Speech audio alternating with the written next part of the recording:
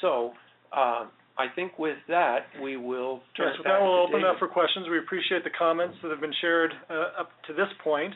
In the last few minutes of this presentation, we'd like to address a few of the questions that have come in. So I'll read off a couple of these questions. And again, if you still have some additional questions, we encourage you to use your chat feature to submit it. But the first question reads, is it possible that UAD will make me violate USPAP by writing a misleading report, obviously from an appraiser? Okay. Thank you, David. This question's come up several times, and the reaction that I have to it is to say that when an appraiser communicates a misleading appraisal report, it is because the appraiser has displayed the data and masked something or deliberately failed to communicate things that need to be communicated to the reader of the report. UAD is not, there's no way that using the UAD specifications is by itself going to result in an appraiser communicating a misleading appraisal report. Now, can they misuse UAD? Of course. I mean, an appraiser could deliberately or even inadvertently come up with the wrong correct descriptions for a property. They may, if an appraiser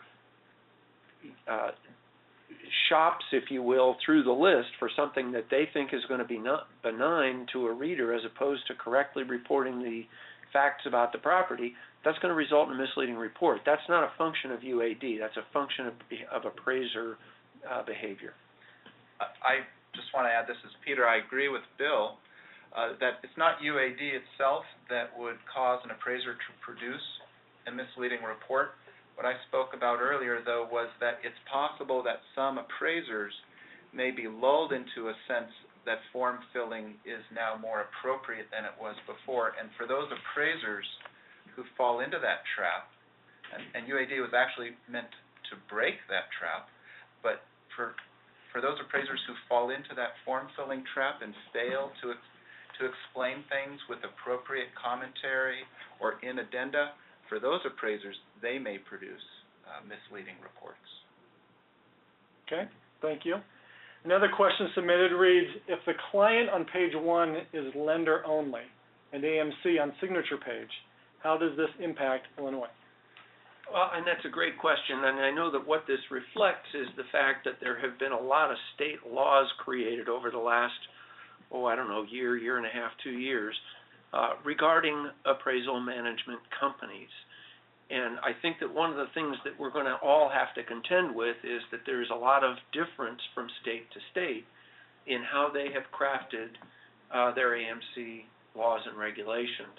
I don't know the specific answer to Illinois. I suspect what this person might be alluding to is that there's a reporting requirement specific in state law in Illinois, and if I recall correctly, it requires the appraiser to name the AMC on page 1, and we now have a conflict in UAD. And I don't know how that's ultimately going to be resolved or what advice we might want to offer an appraiser for that. I think that Fannie Mae will have to consider that requirement in Illinois. And certainly the forms makers are going to have to then adjust how reports produced in Illinois address that requirement. So yes, there is an effect there. Great. Well, and that's something that we can look into a little further. But thank you. That was a great question. Okay, another question. Will UAD be required for only origination reports? What about non-purchase or refinance assignments? Again, excellent question. UAD will apply for any appraisal report being submitted to either Fannie Mae or Freddie Mac. So whether it's a purchase or a refinance will not matter. Clearly, some of the fields that an appraiser will contend with will differ depending on whether it's a purchase or refinance transaction. So, for example, if it's a refinance, the appraiser will not make any entries in the contract section. But the bottom line is that this impacts every appraisal report that is intended for delivery to either Fannie Mae or Freddie Mac. And it does raise another interesting point in that if an appraiser has an assignment that they know is not destined for one of the GSEs, they can still use the Fannie Mae form and not necessarily have to adhere to UAD. But an appraiser wants to be very clear at the front end of an assignment whether the client that has requested that appraisal report has any intention of delivering that appraisal to the GSEs. Okay, we're running out of time. One last quick question.